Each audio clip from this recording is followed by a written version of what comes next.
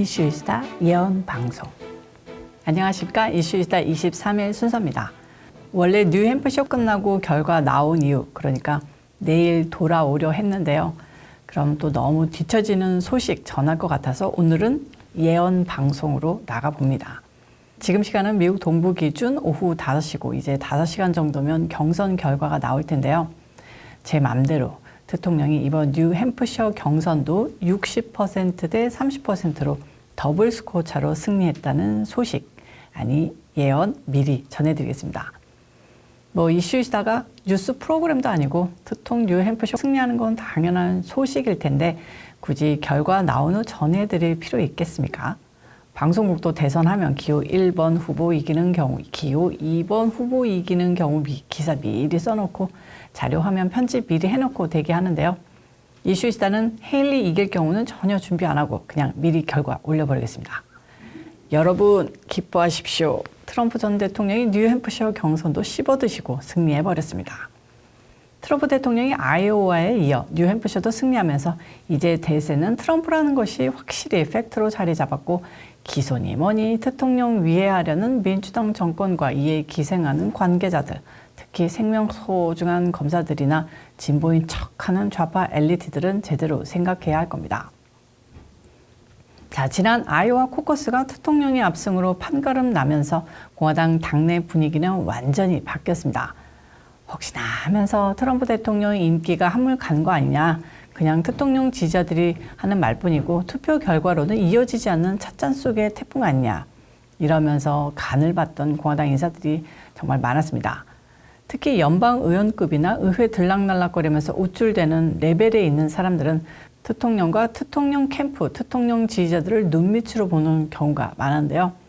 아이오와 경선 승리 그리고 조금 후 있을 뉴햄프셔 경선 승리로 이런 사람들은 싹 사라지고 있다는 소식입니다. 영어로는 밴드웨건이라고 하는데요.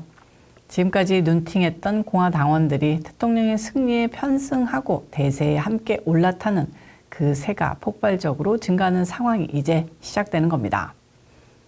많은 정치인들의 속성 뻔히 아시죠? 기회가 오면 충성심을 내보이기 위해서 갖은 짓들 하기도 하는데요. 뉴햄프셔는 특통 승리를 앞두고 수많은 공화당 인사들이 지지 연설을 해대는 웅변의 장이었습니다. 특히 부통령 후보군이나 이에 끼고 싶어하는 인사들이 경쟁하듯 나섰는데요. 정말 눈도장 찍기에 여념이 없었습니다. 우선 부통령 후보군의 이름이 오르는 사우스캐롤라이나 팀 스캇 상원의원, 오하이오 제이디 벤스 상원의원, 공화당 의원단 의장인 앨리스 스테파닉 하원의원이 19일, 20일 양일간 나섰는데요. 특히 공화당 유일의 흑인 연방 상원의원인 팀 스캇 의원은 지난 19일 트럼프 전 대통령과 콩코드에서 진행한 공동유세에서 우리는 미국을 통합할 수 있는 대통령이 필요하다면서 우리는 도널드 트럼프가 필요하다. 우리는 트럼프 같은 대통령이 필요하다라면서 열렬히 연설했습니다. 당시 대통령은 상당히 고무되고 흡족한 표정이었는데요. 생명 소중한 유권자들의 표를 의식해 진짜 스콧 의원이 부통령 후보로 추대될 가능성이 없지만은 않은 것도 같습니다. 또 다른 강력한 부통령 후보인 앨리스 스테파닉 하원의원 역시 19일 유세에서 대통령이 등장하기 직전 연설을 통해 대통령 재임 당시에 풍족했던 미국의 경제, 강력했던 외교정책, 튼튼했던 국경정책을 되돌아보며 빼앗긴 정권을 되찾아야 미국을 다시 위대하게, 즉 마가하게 할 수 있다고 말했습니다. 마가하게, 어감 좋은데요. 앞으로 제가 좀 자주 써야겠습니다.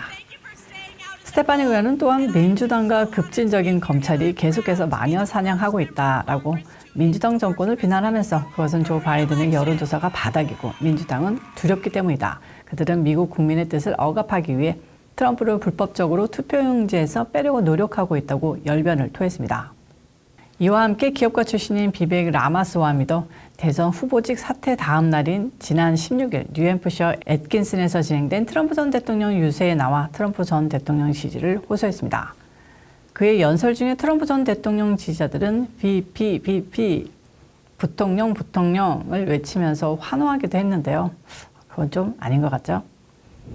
트럼프 전 대통령은 라마스와미의 연설이 끝난 뒤 그와 포옹하면서 브로맨스를 과시했는데요. 그리고 엊그제 론 디산티스 플로리다 주지사도 트럼프 밴드 웨건에 탑승했습니다. 트럼프가 대세다, 도저히 이길 수 없다고 인정하면서 대통령의 러닝메이트는 못돼도 자신의 정치적 미래, 차기 대선 후보로서의 입지를 보장받으려고 몸부림치기 시작했습니다. 이런 부통령 후보군 외에도 대통령 충성파들도 총 출동했습니다. 우선 맷 게이츠 하원 의원, 맥마스터 사우스캐롤라이나 주지사 등도 트럼프 전 대통령 유세에 참석해서 대세론에 힘을 실었습니다.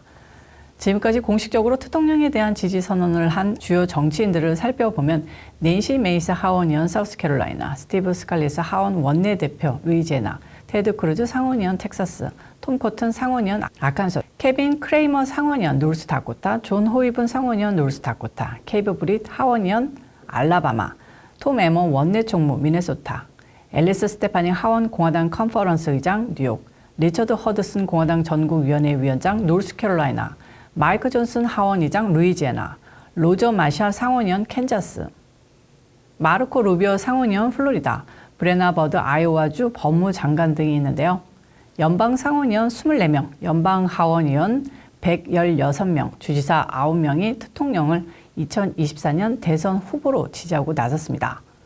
자, 이번 뉴햄프셔 프라이머리는 경선 레이스의 분수령으로 꼽혔습니다. 관건은 격차를 10%포인트 이상 벌리며 헤일리를 꺾느냐 여부였는데 가능했고요. 이젠 대통령이 두 자릿수 이상 격차로 헤일리를 꺾으면서 헤일리는 당내 거센 후보직 사퇴 압박을 받으며 코너에 몰리게 됐습니다. 뉴햄프셔의 전체 유권자는 총 87만 3천여 명으로 당원들만 참여한 아이오와 코커스와는 달리 뉴햄프셔 프라이머리에는 비당원 유권자, 그러니까 감히 민주당 지지자들까지도 자기 신분 숨기며 공화당 경선에 투표할 수 있는 시스템이 아주 조금 싸하지만 20% 승리 저는 예언해보고요. 구독자 여러분들, 우리 모두 마가 합시다. 이슈이스타 오늘 순서 여기서 마치겠습니다. 파이팅! 오늘도 시청해주셔서 감사합니다. 저는 다음 영상에서 찾아오도록 할게요. 안녕히 계세요.